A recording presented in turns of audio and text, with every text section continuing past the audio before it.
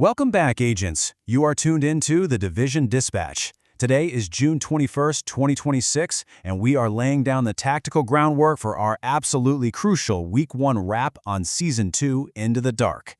Man, this drop has been monumental, and we've got a ton of ground to cover before Week 2 kicks off. But hey, before we dive into the objectives, I just gotta take a quick second to celebrate. We literally just hit a massive milestone. 201 subscribers. To every single one of you who has joined up, thank you. You're amazing. And if you're new here and want the most efficient tactical breakdowns out there, go ahead and hit that like button and subscribe right now. We're actively recruiting new agents, and we absolutely want you with us as we navigate Year 8. Okay, let's dive into this. Here's our tactical agenda for today. We're kicking things off with the Season 2 launch debrief, then heading into a Dark Zone intel briefing, tracking our new Manhunt target, the Jackal, exploring the classified assignment Conspiracy Hideout, and finally, wrapping up with logistics, XP, and the vendor reset. Starting with our Season 2 launch debrief and checking in on the server status.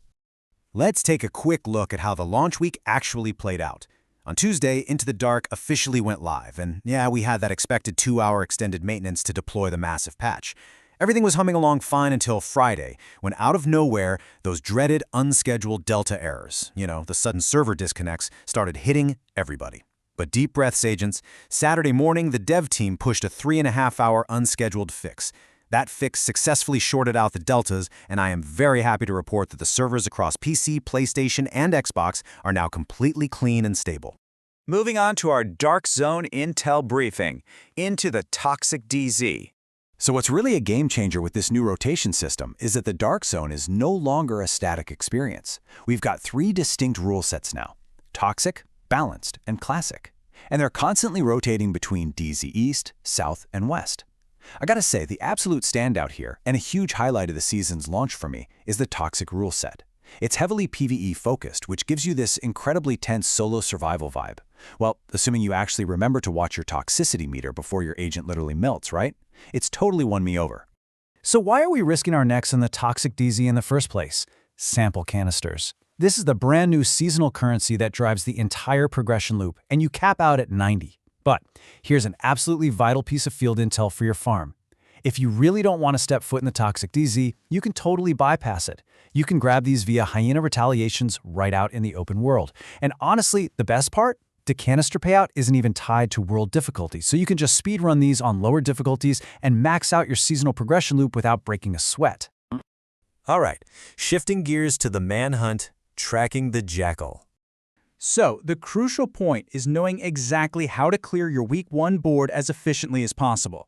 Step 1 is easy. Just head to the White House and attend the briefing with Manny Ortega to kick things off. But Step 2 is where it gets a little messy. You need to deploy to Downtown East and systematically shut down the targeted public executions. Only after that do you get to Step 3, drawing out and eliminating our high-value target, the Jackal. But hold up. Before you go guns blazing on Jackal, we really need to talk about enemy tactics. If you dive into our Week 24 enemy intel files, you'll see a big difference in how these guys operate.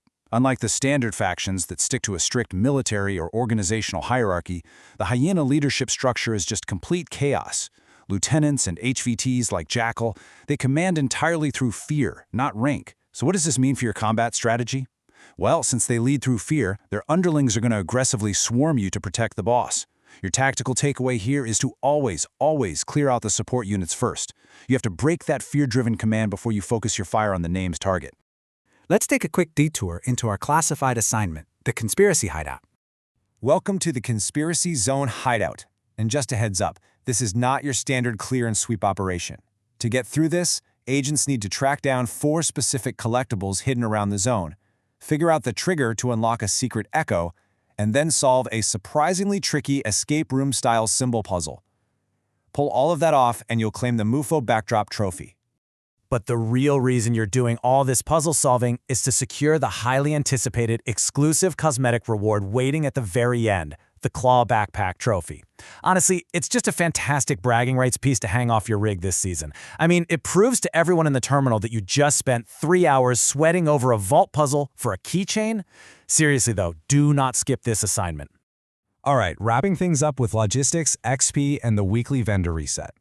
And this brilliantly illustrates exactly why you absolutely must check your vendors every single reset. We've got a clear winner this week. The Mama Bear backpack is a brand new named Alps piece, and it's sitting at the vendor right now, rolling with perfect safeguard, crit chance, and crit damage. This is without a doubt the buy of the week. If you're running a support or healer build, you are grabbing this immediately. While you're at it, keep an eye out for Emperor's Guard knee pads over in DZ West, and definitely don't forget to hit up Danny Weaver for your exotic and named item caches. Now I need you to mark this date on your tactical HUD, June 23rd. That is the hard, urgent cutoff date for the Triple XP Proficiency event that's been running since launch. I really cannot stress this enough, agents. This specific window is going to give you the absolute fastest expertise gains, meaning those global stat upgrades for your weapons and gear that you are going to see all season. You literally have until the 23rd to exploit it. So, to maximize that triple XP before the window slams shut, here is your optimal farming loop. You want to run back-to-back countdown loops for massive targeted loot drops. Then, instantly perform junk donations with anything you don't need so you can level your proficiency. And finally, farm and craft printer filaments to cheaply donate and push those numbers even higher. Stick to this loop and I promise your expertise level is going to skyrocket by the end of the week. And that covers our tactical sit rep for week 1 of Into the Dark. But before we sign off, I need a field report from you. Which Dark Zone rule set are you running the most right now? Are you loving the Toxic, Balanced, or Classic? And honestly, how close are you to hitting that 90 canister cap? Is the Hyena Retaliation farm treating you well, or are you roughing it out in the DZ? Drop your intel in the comments below. Week 2 drops on Tuesday, and the grind is not slowing down. The real question is, will your build be ready for what's next? Stay frosty out there, agents. I'll see you in the field.